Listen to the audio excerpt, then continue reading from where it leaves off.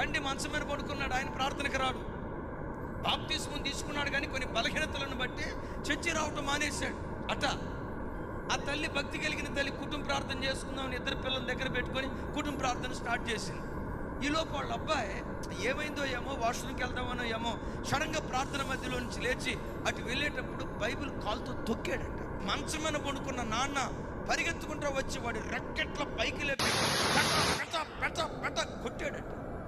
ఎందుకండి వాడిని కొడుతున్నారు? ఇది పరిశోధ గ్రంథం అయితే వీడు దాన్ని కాలుతో తొక్కాడే.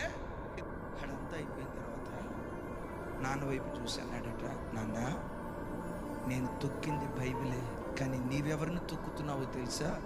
యేసుక్రీస్తు రక్తాన్ని తొక్కుతున్నావు. నేను తొక్కింది కాగితాలు నాన్న, నేను తొక్కింది పుస్తకం నాన్న. నీవేం చేస్తున్నావో తెలుసా? బాప్తిస్మం తీసుకొని మరలా తాగుతున్నావే.